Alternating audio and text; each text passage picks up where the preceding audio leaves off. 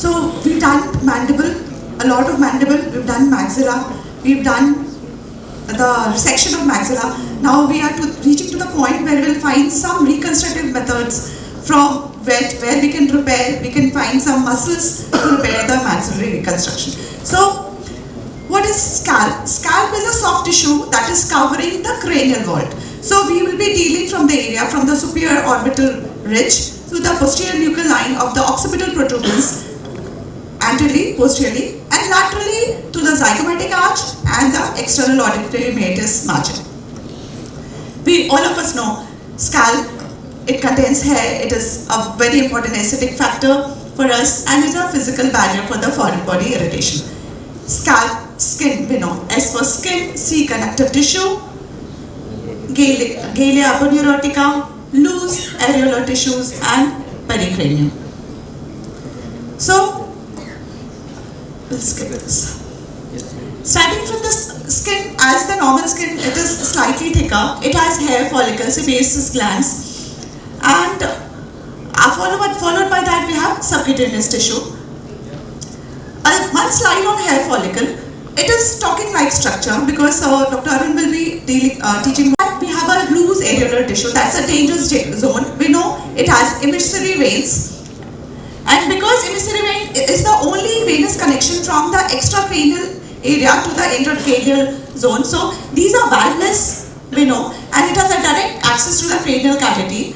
The tearing of these emissary veins leads to a lot of blood collection, which might later lead to subgaleal hematoma.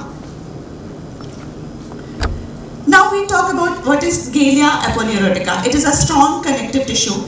It is strong and it is basically, I'll come to this picture.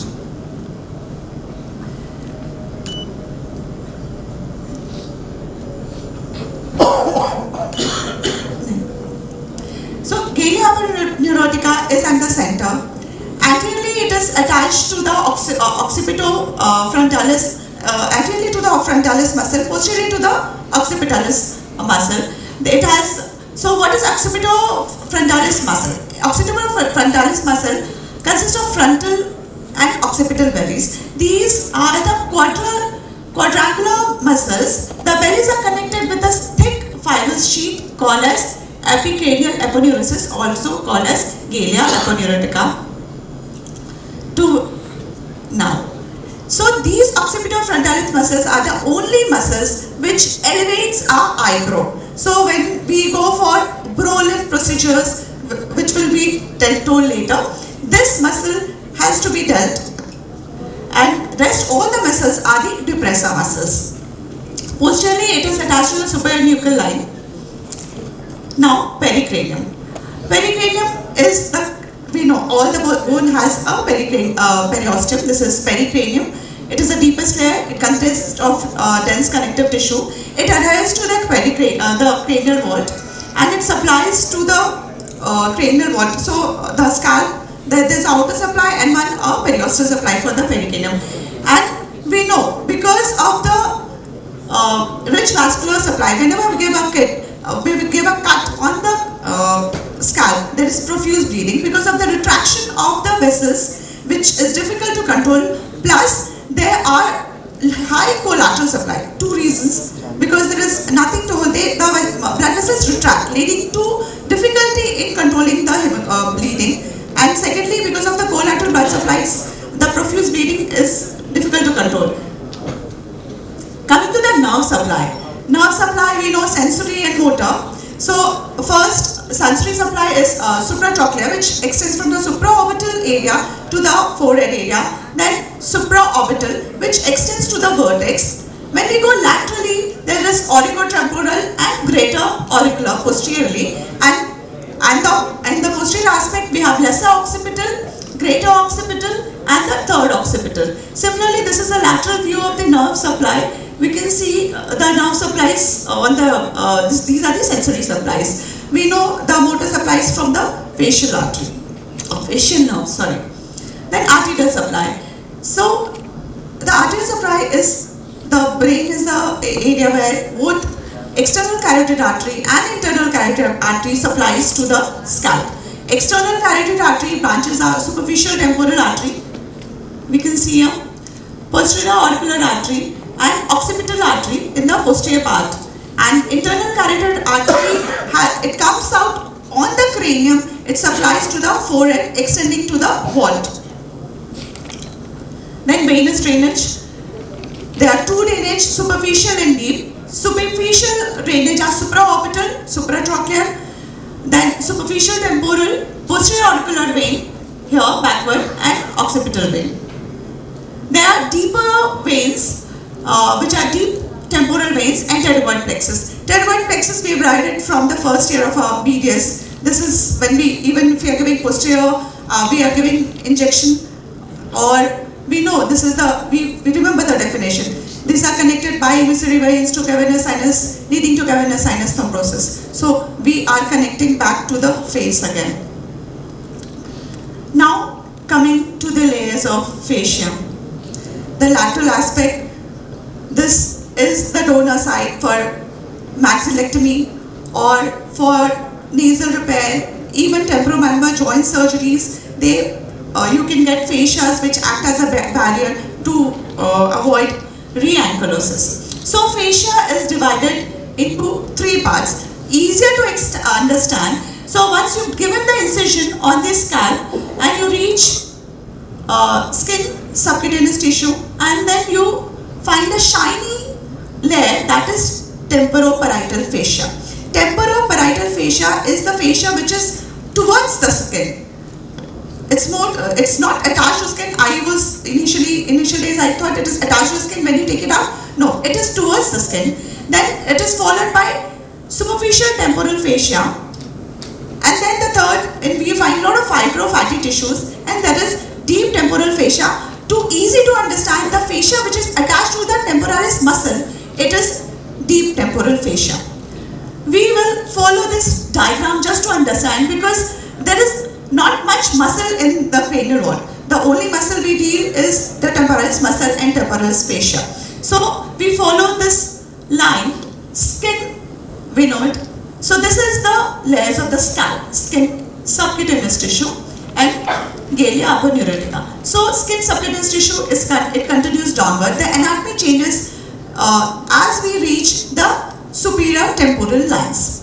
So the Galea aponeurotica, if you see the line, it goes down and continues downward, forward, and it merges with the Smash plane.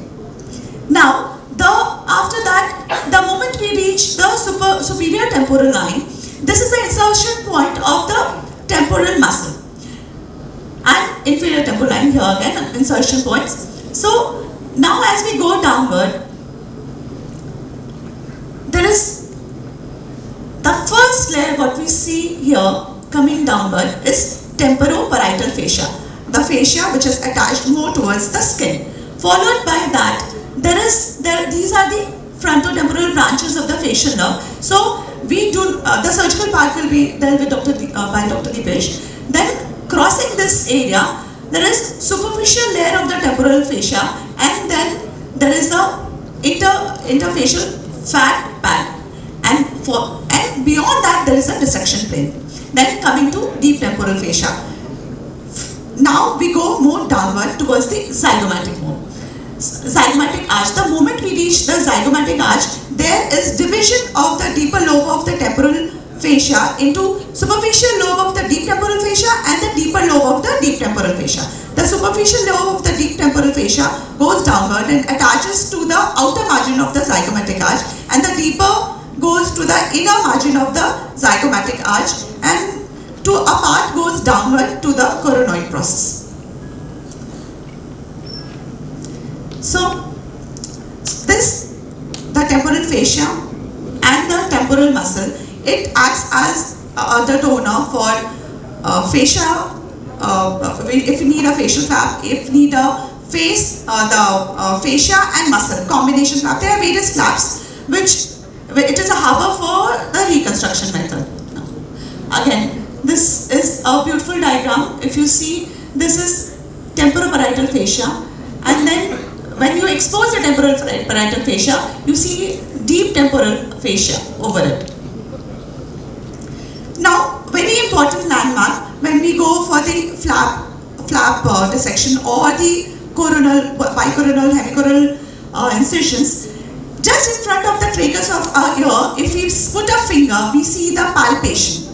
That palpation, if you see, that is the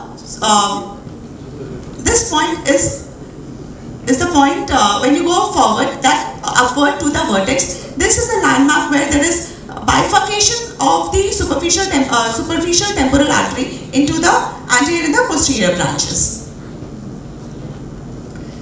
So this is in diagram where we see, once we reflect the temporalis fascia, we see the middle temporal arteries and vein, and it comes out with the fascia. So this is this becomes a donor site for further reconstruction method because it has got vital blood vessel supply. There are various variations in the superficial temporal arteries. These are mainly the 5 variations. Again, the nerve supply. So why is this fascia and muscle important? Because it gives us it has a surface area of approximately 14 into 17 centimeter square. So it will help in the reconstruction of a bigger area. It has a wider arc of rotation because it is pedicled here. So if it rotates, its arterial supply is not hampered. As I said, it has a long vascular pedicle. And why did we study this? Because this has this scalp area, it acts, I'll just go for this. The uses of the incision, it is used for the bicoronal or hemicoronal approaches. It is used for the axis, for the anterior face, mid face, in case of mid face fractures, in case of frontal bone repair, in case of temporomandibular joint exposure and temporomandibular joint ankylosis cases. Craniofacial fractures, we do a lot of cases with our neurosurgeons where they are doing a fracture on the temporal area and the frontal area, and we repair the other area, or we might do ourselves. And it's that's it. Thank you. It's time as well.